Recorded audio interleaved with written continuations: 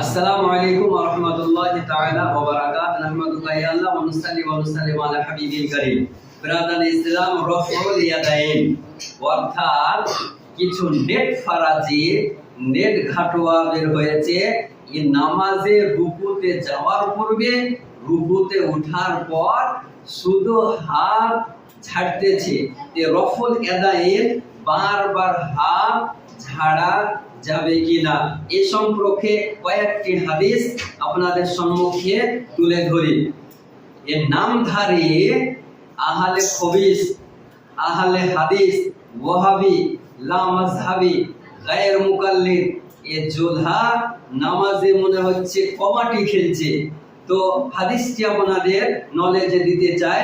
হাদিসটি তিরমিজি শরীফ, হাদিস নাম্বার 257, মুসনাদে আহমদ হাদিস নাম্বার 3681, মুসনাদে ইবনে আবি শাইবা হাদিস নাম্বার 323, সুনানুল কুবরা লিনাসাই হাদিস নাম্বার 649। হযরত আলকামা রাদিয়াল্লাহু তাআলা আনহু হতে বর্ণিত, তিনি বলেন, আব্দুল্লাহ ইবনে মাসউদ রাদিয়াল্লাহু তাআলা আনহু বলেন, আমি কি তোমাদেরকে নবী পাক সাল্লাল্লাহু তাআলা আলাইহি ওয়াসাল্লামের নামাজ আদায় করা দেখাবো না?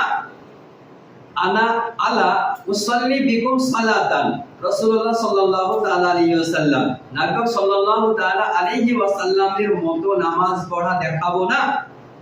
ফাসাল্লা ফালাম ইয়ারফা ইয়াদাইহি ইল্লা আব্বালা মাররাতিন, অতঃপর তিনি নামাজ আদায় করলেন কিন্তু প্রথমবার ছাড়া আর কোথাও রফউল ইয়াদাইন করলেন না, অর্থাৎ বারবার হাত তুললেন না।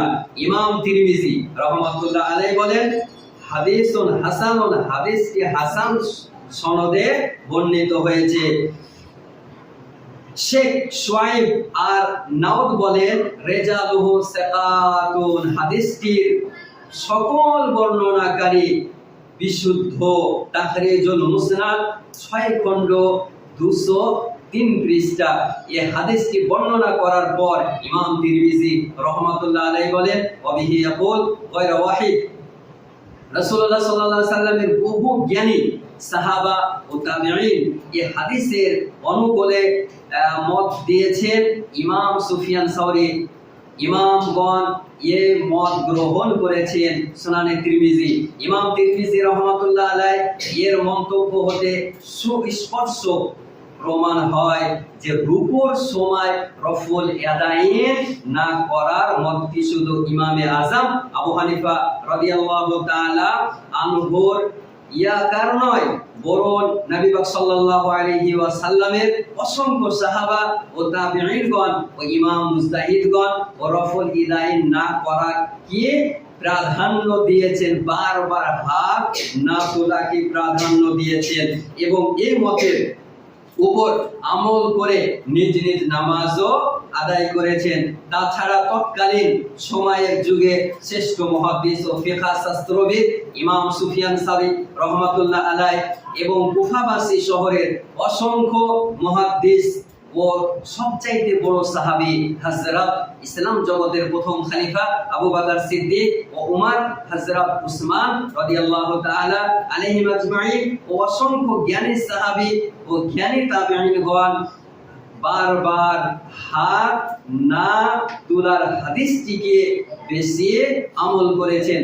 সুতরাং প্রমাণিত হলো যে রফউল ইয়াদাইন না করা আমার মহানবী সাল্লাল্লাহু তাআলা আলাইহি ওয়াসাল্লাম এবং সাহাবীগণ এবং তাবেঈনগণের সুন্নাত।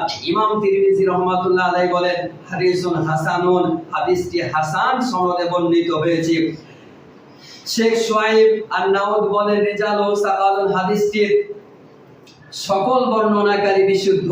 তাখরিজুল মুসনাদ 6 খণ্ড 203 পৃষ্ঠা। আল্লামা শাকির বলেন, ওয়াহাবি নামধারী আহলে হাদিস দের গুরু ইবনে হাজাম হাদিসের ব্যাপারে বলেছেন, ওয়াহাদাল হাদিস সহিহুন, এই হাদিসের সনদ সহিহ। ইবনে হাজাম সহ অনেক হাফিজুল হাদিসগণ একে সহিহ বলেছেন। অন্যরা এতে যেসব ইল্লত ত্রুটি সাব্যস্ত করেছেন সেগুলো আদৌ কোনো কারণে নয়। শারহে জামিউ তিরমিজি দ্বিতীয় খণ্ড 41 পৃষ্ঠা। ওয়াহাবীদের গুরু নাসিরউদ্দিন আলবানী ও হাদিসকে সহিহ বলেছেন। নাসিরউদ্দিন আলবানী সুনানে তিরমিজি সহিহ হাদিস নাম্বার 257। ইবনে হাজামের তাহকিক ও আলবানীর কিতাবে উল্লেখ করে লিখেছেন ইসনাদুহু সাহিহুন। আলবানী বলে এই হাদিসের সনদটি মুসলিমের শর্ত সাপেক্ষে সহিহ। তবে তাবেঈন তিরমিজি তবে ইমাম তিরমিজি হাসান বলেছেন, ইমাম ইবনে হাজাম বলেছেন নিশ্চয়ই হাদিসটির সনদটি সহিহ এবং ইবনে দাকিকুল ইদ রাহমাতুল্লাহ আলাইহি ইমাম জাইলাই ইমাম তুরমানি সনদটিকে শক্তিশালী বলে আখ্যায়িত করেছেন। আলবানী সহিহুল আবি দাউদ তৃতীয় খণ্ড 338 পৃষ্ঠা হাদিস নাম্বার 733। ওয়াহাবীদের কে তাদের গুরু আলবানীর সমাধান মানতে এত কষ্ট কেন? আলবানীর সনদটিকে সহিহ বলায় অনেক ওয়াহাবীদের খুব কষ্ট লেগেছে। অথচ বিষয়টি কিন্তু এমন নয় যে শুধুমাত্র আলবানী হাদিসটিকে সহিহ বলেছেন, আর অসংখ্য ইমামগণ সনদটিকে সহিহ বলেছেন যা পূর্বে উল্লেখ হলো। এবং আরো কয়েকজন উল্লেখ করেছে। দেখুন, ইমাম ইবনে হাজার আসকালানী রাহমাতুল্লাহ আলাইহি লিখেছেন, ইমাম ইবনে কাত্তান বলেন আমার নিকট সনদটি সহিহ। ইমাম ইবনে হাজার আসকালানী রাহমাতুল্লাহ আলাইহি দিরায়া ফি তাখরিজুল হেদায়া প্রথম খণ্ড 150 পৃষ্ঠা। ইমাম ইবনে হাজার আসকালানী রাহমাতুল্লাহ আলাইহি আরো উল্লেখ করেছেন, ইমাম দারকুতনি বলেন সনদটি সহিহ। ইমাম ইবনে হাজার আসকালানী দিয়ারাফি তাখরিজুল হেদায়া প্রথম খণ্ড 150 পৃষ্ঠা। ইমাম ইবনে হাজার আসকালানী আরো উল্লেখ করেছেন ওয়াহাদা হাদিসুন হাসানাতু ওয়া হাযাল হাদিসু হাসানাতুন। এই হাদিসটিকে ইমাম তিরমিজি হাসান আর ইবনে হাজাম সহিহ বলেছেন। ইমাম ইবনে হাজার আসকালানী তালখিসুল হাবির প্রথম খণ্ড 546 পৃষ্ঠা। মুসনাদে আবি ইয়ালা কিতাবে তাহকিক কারি ওয়াহাবী আহলে হাদিস হুসাইন সালেম আসাদ বলেন ইসনাদুহু সহিহ, অর্থাৎ সনদটি সহিহ। আহলে হাদিস হুসাইন সালেম আসাদ তাহকিক মুসনাদে আবি ইয়ালা 8 খণ্ড 453 পৃষ্ঠা। ইমাম নিবাভি বলেন ইসলামের 4 খলিফার তাকবীরে তাহরিমা ব্যতীত নামাজে অন্য কোন ক্ষেত্রে হাত উঠানো প্রমাণিত নয়। রফুল ইয়াদাইন করা প্রমাণিত নয়। আসারুস সুনান 140 পৃষ্ঠা হাদিস নাম্বার 407। হযরত আবু ইসহাক রাহমাতুল্লাহ আলাইহি বলেন হযরত আব্দুল্লাহ ইবনে মাসউদ ও হযরত আলী রাদিয়াল্লাহু তাআলা আনহু ছাত্রগণ শুধু নামাজ আরম্ভের সময় হাত উত্তোলন করতেন। ইমাম ওয়াকাফি রাহমাতুল্লাহ আলাইহি বলেন তারপর রুকুর সময় তারা আর হাত উঠাতেন না।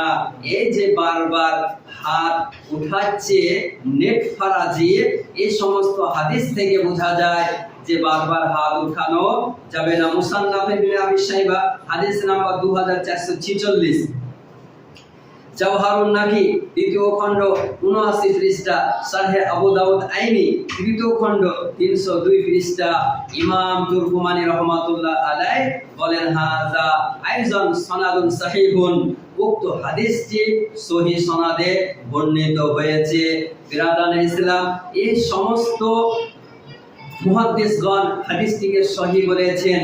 বাদাইউস সানাইয়া কিতাবে বর্ণিত আছে, হযরত ইবনে আব্বাস হতে বর্ণিত আছে, তিনি বলেন রাসূল পাক সাল্লাল্লাহু আলাইহি ওয়াসাল্লাম যে 10 জন সাহাবীর জন্য জান্নাতের সাক্ষ্য দিয়েছেন, তারা কেউ নামাজের শুরু ছাড়া রফুল ইয়াদাইন অর্থাৎ হাত উঠাতেন না। উমদাতুল কারি 5 খণ্ড 272 পৃষ্ঠা। ওয়াহাবী আহলে হাদিসদের ইমাম কাজী সাওখানি নাইলুল আওতার নামক কিতাবে নিজেই বলেছে, আল্লামা আরাকি ওই সাহাবায়ে কেরামদের সংখ্যা জমা করেছেন যারা শুধুমাত্র তাকবীরে তাহরিমার সময় রফুল ইয়াদাইন করতেন, তাদের সংখ্যা 50 জন পর্যন্ত পৌঁছায়। তাদের মধ্যে আশারায়ে মুবাশশারা ও রয়েছেন যাদেরকে জান্নাতের সুসংবাদ নবী আমার দিয়েছিলেন। ইমাম আব্দুর রহমান বিন কাসিম রহমাতুল্লাহ আলাই বলেন, ইমাম মালিক বলেন, নামাজে রফুল আদায়ের ব্যাপারে আমি পরিচিত নয় বা জানি না তাকবীরে তাহরিমার সময় ছাড়া হাত উত্তোলন করবে না। ইমাম মালিক আল মাদুনাতুল কুবরা প্রথম খণ্ড 165 পৃষ্ঠা।